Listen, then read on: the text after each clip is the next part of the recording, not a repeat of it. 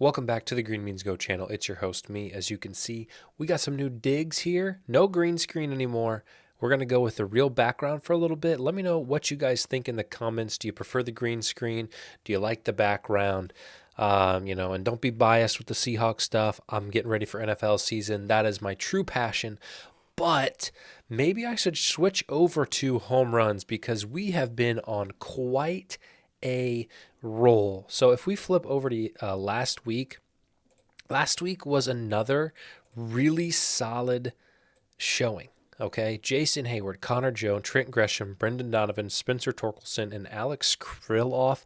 We hit on all of those. Now I will mention this D, D, D, C, right? So I'm struggling a little bit on these A-rated games. Truth be told, I played only the A-rated because I have limited and I didn't make a cent, which is frustrating. But we're still up, so we have to just take the swings as they come. Let's look at the tracking here. So the good news, we'll start with the good news. I'm picking the right games in terms of rating. So A-rated games are returning 12 free bets a game on average. So a little less than 3 home runs.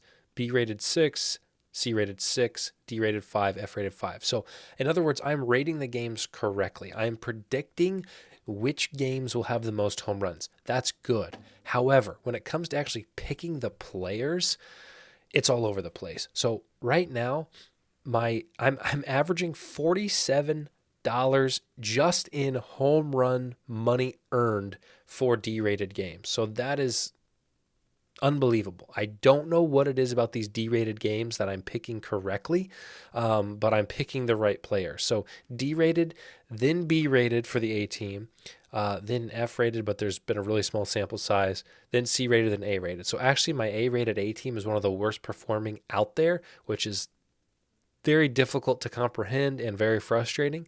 As far as the B team goes, C-rated, A-rated's decent, D-rated is still pretty good. So I'm not going to tell you to just tail the D-rated games. I think that would be ridiculous, but I'm going to tell you that it's consistently happening, and I don't know why. So take that for what you will. As far as totals go, and I was looking into this a little bit, we have earned $4,100 back in home runs hit and only spent $4,000, which means if this promo wasn't even a thing, we would be profiting. So if we didn't get money back from any home runs hit, if Dinger Tuesday didn't exist, every Tuesday I just came on here and picked home runs, we would be profiting both A team and B team, which I think, okay, I want to remain humble, but that's good. Okay, we've spent a grand total of $8,050 and we've returned $8,350. So super small, slim margin.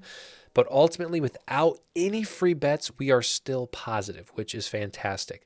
If we do factor in the free bets, we've earned $1,900 for each A team and B team. If you convert that at 75%, you should be up $1,500 or $1,600 for this promo for an ROI of about 40%. So all that to say, we are doing well, even though some weeks may be frustrating. So let's go ahead and look at today's games, what you've all been waiting for. And we'll start over here with the game in Detroit. We have the Angels visiting Detroit. I've rated this a C. I think 2 to 3 home runs is reasonable, but it's not a game I will probably play with a limited version. However, I do think Zach McKinstry, a guy that's going to probably lead off for Detroit at 750 is good value.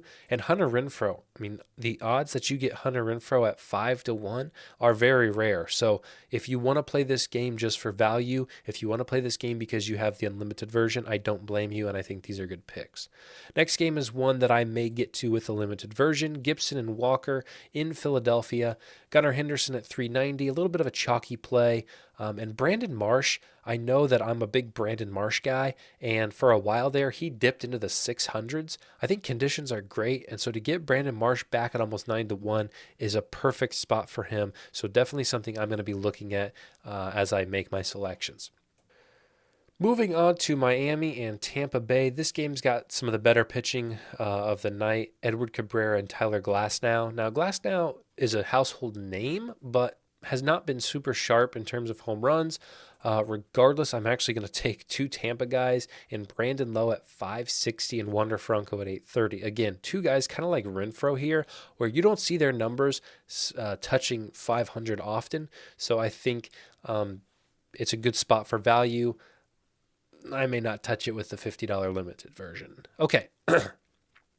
Game in New York, a little bit of the Battle of the Bronx here. We have Verlander and Domingo Germán. Brent Batty at 520, a guy that's been hot, and Anthony Rizzo, a little bit chalky at 430.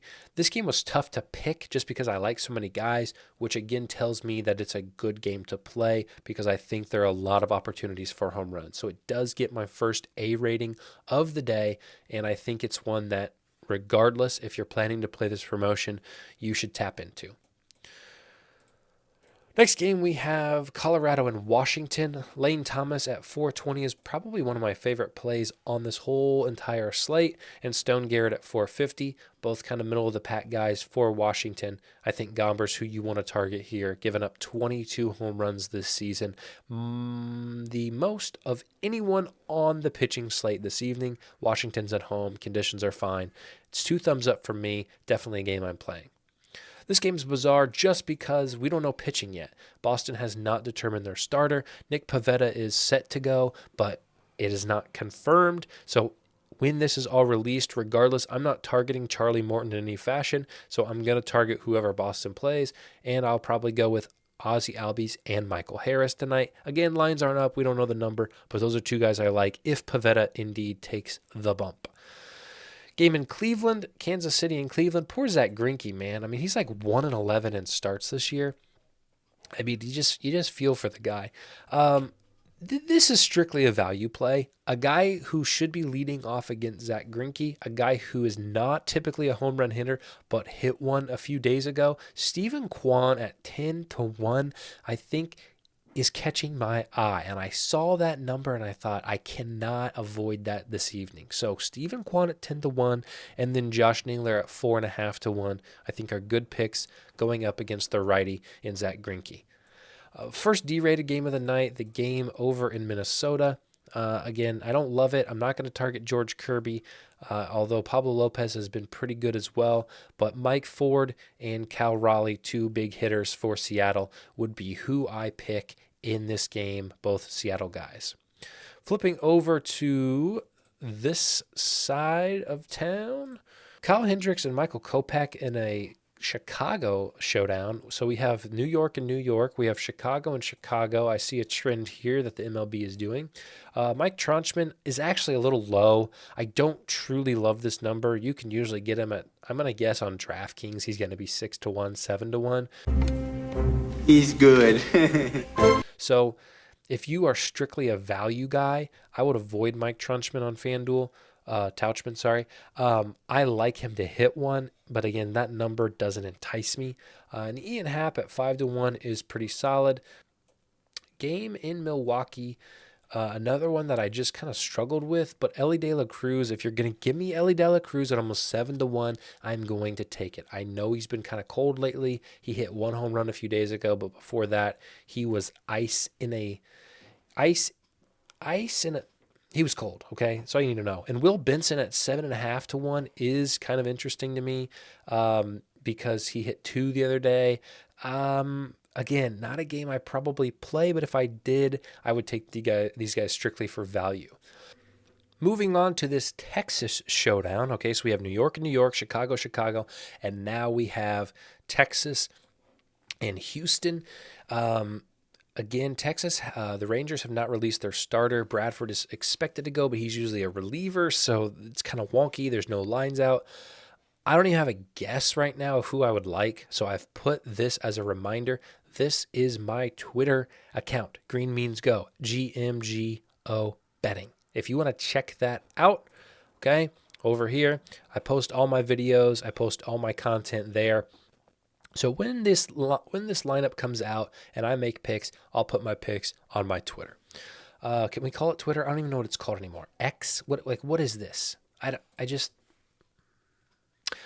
Pittsburgh and San Diego. I'm going to go with 2 Padres tonight. I realize that Rich Hill is not a guy you necessarily want to target, but I also don't want to target Blake Snell. So Ha-Sung Kim and Xander Bogaerts, 2 righties for the Padres at 6-1 respectively. A little bit extra for each one, I think is a fine play for this evening. Now, this game, I want you guys to strap in because I have a gem for you, an Easter egg, a treasure chest for free. Christian Walker at 4.5-1 against Steven Matz may be the gift that your Tuesday needs, okay? It is my wife's birthday today, and this is a gift for me. Christian Walker at 4.5-1 in a perfect matchup at home is something that I can't turn away from. So I will be playing Christian Walker at 4.5-1. Evan Longoria, I don't mind either at 4.6-1. Another guy who can go long and another guy I like the matchup. Last game of the night where the pitcher's not decided, although it is pretty certain that Alex Cobb will pitch tonight. We have the game in San Francisco, Oakland, and San Francisco, another California. What is this? That's 4 tonight where the states and even the cities sometimes line up. 2 San Francisco guy, Wilmer Flores. Oh, actually, 1 San Francisco guy, Wilmer Flores, and an Oakland A, Seth Brown. No numbers on them yet, but 2 power hitters, and I think you got to go power hitters when you're playing in San Francisco just because conditions are tough there. So not a game I play, but given that this is D-rated, they'll both probably hit 1. And finally, last game of the night is a game that I will play strictly because of the conditions and the matchup. David Peralta at 6.3. He's been a little cold, so I think it's a perfect opportunity to get on him. And Jason Hayward at 8-1 is a bit bizarre.